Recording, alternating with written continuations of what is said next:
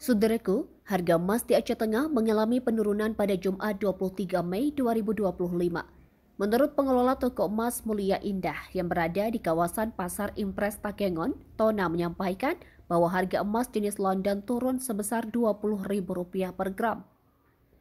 Sebelumnya, harga perhiasan emas jenis London tersebut berada di angka Rp1.580.000 per gram, kini turun menjadi Rp1.560.000 per gramnya.